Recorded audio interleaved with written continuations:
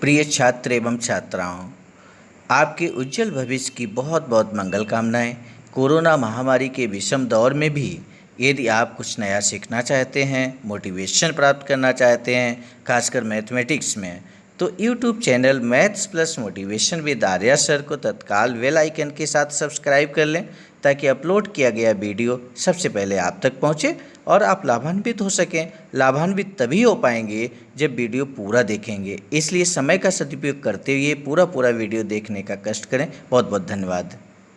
प्रिय बच्चों, एक बार बहुत बहुत स्वागत आपका इस मैथमेटिक्स की क्लास में, क्लास 10th मैथमेटिक्स की। आज हम लोग बहुत ही महत्वपूर्ण टॉपिक करने जा रहे हैं। जैसा कि लास्ट टर्म पे हमने आपको बताया था कि द्विघात समीकरण हल करने की कौन कौन सी विधियाँ होती हैं, इन विधियों के साथ हम यहाँ पर आएंगे। और आज आप देख लीजिए, यहाँ पर टॉपिक हमारा द्विघात समीकरण हल करने की विधियाँ हैं। आप देख सकते हैं यहाँ पर 3 विधियाँ लिखी हुई हैं। इन तीनों विधियों को एक एक करके हम विद एग्जाम्पल आपको बताएंगे। तो आज आप देख सकते हैं ये गुणनखंड विधि है। द्विघात समीकरण हल करने की जो 3 विधियाँ हैं वो हम सबसे पहले आपको बता देते हैं।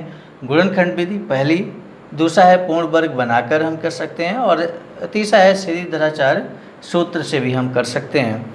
तो सबसे पहले आज चूँकि पहला टॉपिक है गुणनखंड विधि, तो आज हम कैसे गुणनखंड विधि से द्विघात समीकरण को हल करते हैं। हल करने का मतलब क्या है, जैसे यहाँ पर द्विघात समीकरण लिखे हुए हैं, आपको मालूम है हल करने का मतलब यहाँ पर जो चर राशि है उसका मान निकालना होता है।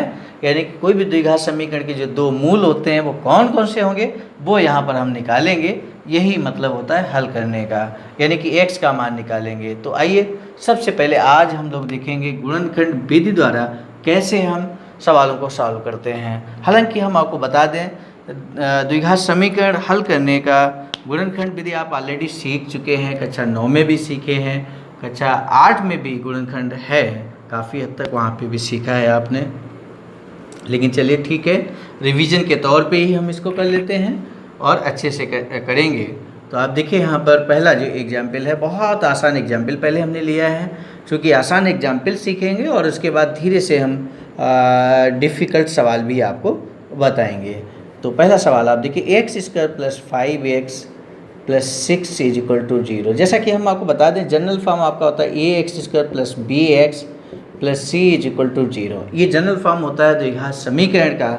अगर हम इस आधार पे बताएं तो आप ध्यान रखिएगा, x² का कोई अगर वैल्यू गुणांक है तो सबसे पहले उसका कांस्टेंट वैल्यू से आप गुणा कीजिए। गुणा करेंगे तो यहाँ के अकॉर्डिंग ac हो जाएगा। यानी कि सबसे पहला काम आपको क्या करना है, x² का जो गुणांक है उसका हमें कांस्टेंट वैल्यू से गुणा करना है। और गुणा करने के बाद जैसा कि ये हमने लिख दिया यहाँ पर ac हो गया, तो ac जो भी रिजल्ट होगा उस ac के ऐसे गुणनखंड कीजिए कि यहाँ अगर प्लस है तो जोड़ने की बात करेंगे, और यहाँ यदि माइनस है तो हम घटाने की बात करेंगे। ये दिमाग में बिठा लीजिए इस बात को। कांस्टेंट वैल्यू से पहले अगर प्लस है तो जोड़ने की बात करेंगे, कांस्टेंट वैल्यू से पहले अगर माइनस है तो घटाने की बात करेंगे। तो यहाँ पर ये आपको दिमाग में बिठा लेना इस कॉन्सेप्ट को।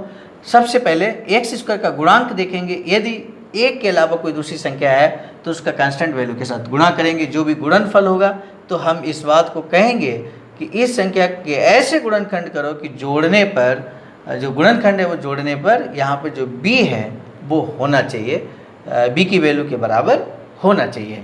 ये बात हम कहेंगे। ये थ्योरेटिकल रहा तो इसलिए ये समझ में कम आया होगा। अब हम जब एग्जाम्पल करेंगे तो आपका 100% ये सवाल समझ में आएगा, ये मुझे पूरा विश्वास है। लेकिन एक गुजारिश यही है कि पूरे ये तीनों जो एग्जाम्पल्स हम लिखे हैं तीनों आपको समझाएंगे एक एक करके। तो इन तीनों एग्जाम्पल्स को बेहतर तरीके से आप समझ लीजिए। जब आप समझ लेंगे तो इस टॉपिक में तो कम से कम आपको कोई दिक्कत नहीं होगी।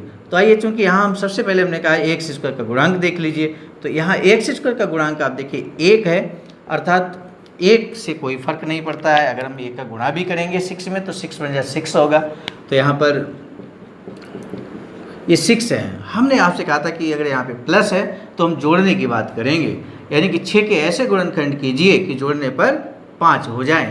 तो 6 के हम गुणनखंड कैसे करेंगे, 2 × 6 यानी कि 2 × 3, 2 × 3 = 6 होता है, और 2 प्लस ये 6 होता है, और 2 + 3 को अगर हम ऐड कर देंगे तो ये 5 होता है। आपने देख लिया यहाँ जैसा कि अभी ने आपको बताया था कि b वैल्यू के बराबर होना चाहिए, तो x का जो गुणांक है उसके बराबर यहाँ पर इसके गुणनखंडों का योगफल हो जाता है। बस हमें यही चाहिए था, यानी कि 5 की जगह पर हम 2 + 3 लिख दें। सिंपल सा सेकेंड स्टेप में यही करें। x² प्लस यहाँ लिखेंगे 2 + 3 x + 6 = 0। बहुत आसानी से इस सवाल को कर सकते हैं। ये जो साइड में पार्ट लिखा है ये भी अपनी नोटबुक पे आप नोट कर लीजिए, क्योंकि ये आपका हेल्प करेगा सवाल को सॉल्व करने में। x² प्लस इस ब्रैकेट को ओपन करेंगे तो ये जाएगा 2x + 3x + 6 = 0।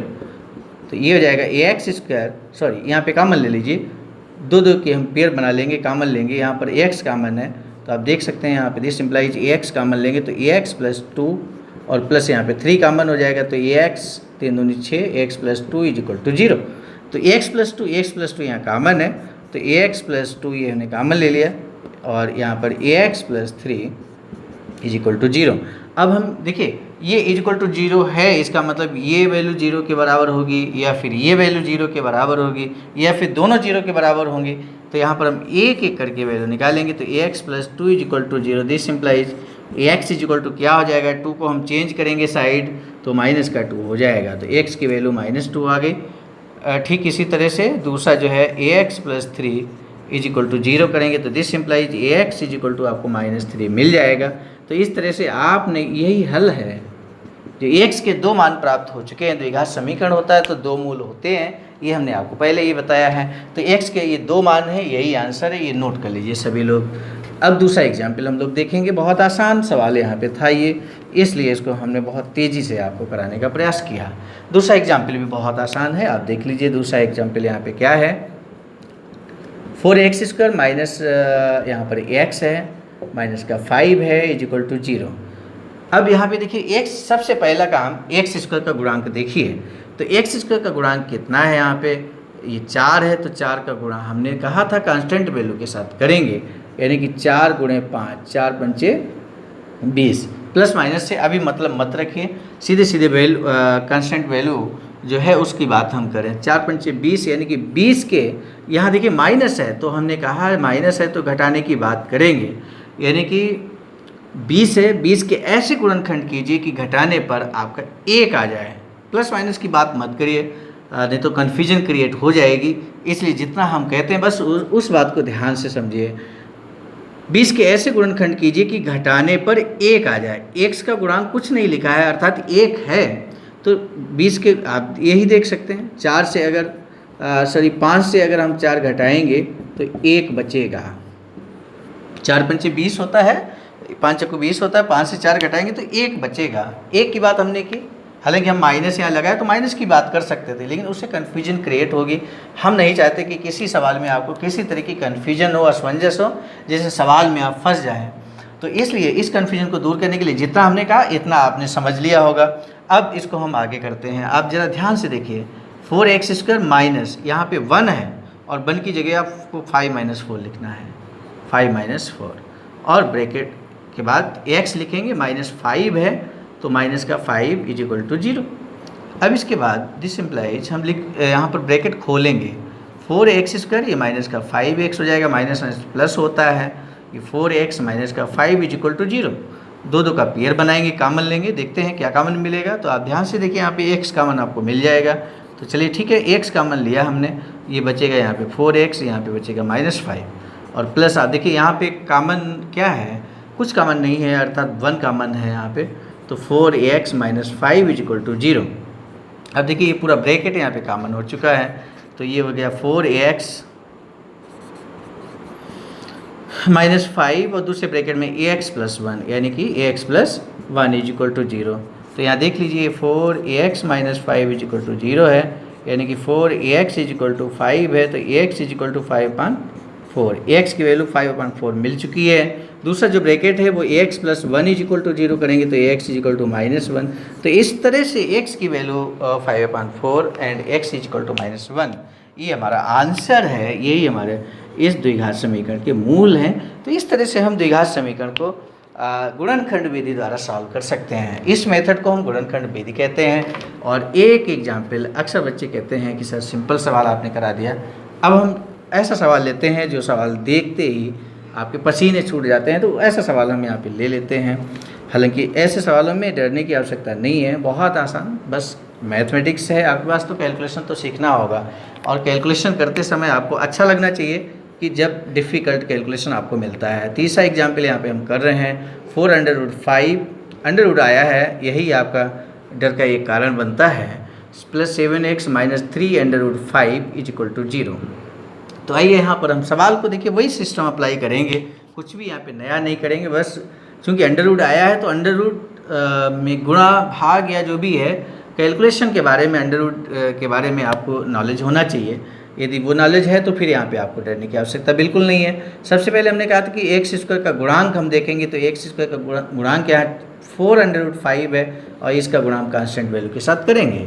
तो चलिए आइए कर लेते हैं, 4√5 इंटू ये क्या है 3√5, तो 4×3 12, √5 इंटू √5 सभी लोग जानते हैं 5 होता है, तो 12×5 60।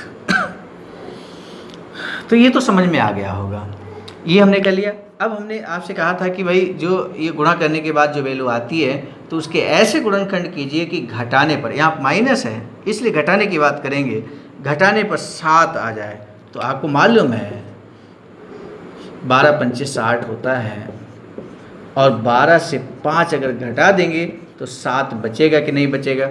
ये जब आपको सभी को मालूम है तो ये सवाल बहुत आसान हो जाता है। 4√5 ax² प्लस आपको 7 के प्लेस में सिर्फ 12 - 5 लिखना है, x - 3√5 इज इक्वल टू 0।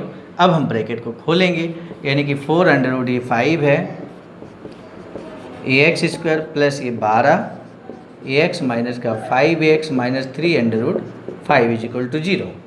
ये हो गया।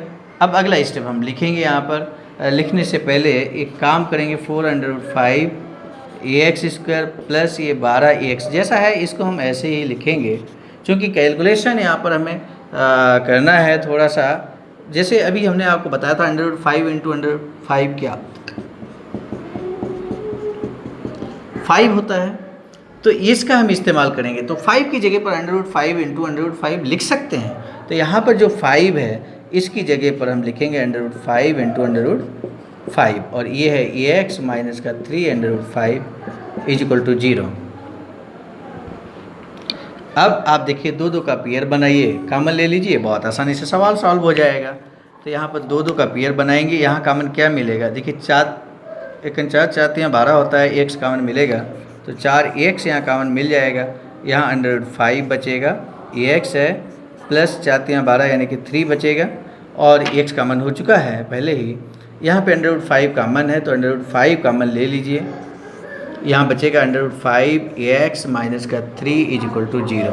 अब आप ध्यान से देखिए ब्रैकेट के अंदर जो वैल्यू लिखी है थोड़ा सा यहाँ पे गलती हुई है, माइनस जब हम वैल्यू कॉमन लेते हैं तो ब्रैकेट के अंदर प्लस हो जाता है, तो यहाँ पे हम प्लस कर लेते हैं। तो इस तरह से आप देखिए जो ब्रैकेट की वैल्यू है वो सेम है कि नहीं है। अगर ये सेम है तो इसको हम कॉमन लेंगे, √5 ax प्लस 3 ये कॉमन ले लिया, दूसरे ब्रैकेट में बचेगा यहाँ पे 4x minus √5 is equal to 0। तो इस तरह से आपने देखा यहाँ तक हम लोग पहुँच चुके हैं, गुणनखंड आ चुके हैं। अब हम बस वैल्यू लाएंगे। तो जो पहली वैल्यू है आप देखिए √5 क्या लिखा हुआ है, √5 ax प्लस 3, इसको हम 0 के इक्वल करेंगे, क्योंकि या तो ये 0 का मान रखता होगा या ये गुणनखंड 0 का मान रखता होगा, तभी तो यहाँ 0 आया है, या फिर दोनों 0 का मान हो सकता है। तो इसलिए इसको एक एक करके 0 करते हैं, यहीं से x की वैल्यू आ जाती है। इसी कॉन्सेप्ट पर आधारित √5 है, यहाँ पे x वैल्यू को चेंज करेंगे साइड, तो ये माइनस का 3 हो जाएगा, यानी कि x इज इक्वल टू -3/√5 हो गया।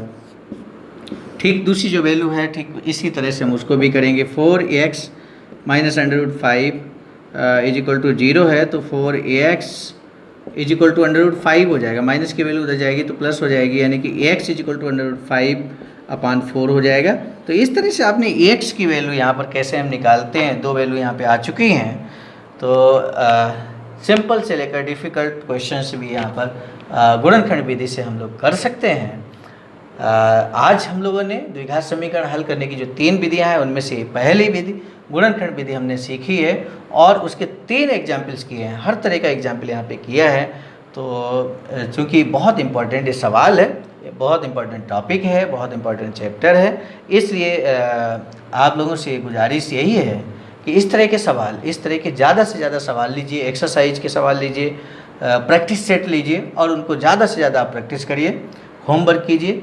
तो निश्चित रूप से ये जो टॉपिक है वो आपके कमांड में आ जाएगा। नेक्स्ट टर्न पे हम पूर्ण वर्ग बनाकर कैसे गुणन द्विघात समीकरण को हल करते हैं, ये बहुत आपको सिंपल विधि बताने का प्रयास करेंगे। नए टॉपिक के साथ मिलेंगे, तब तक के लिए बहुत बहुत धन्यवाद।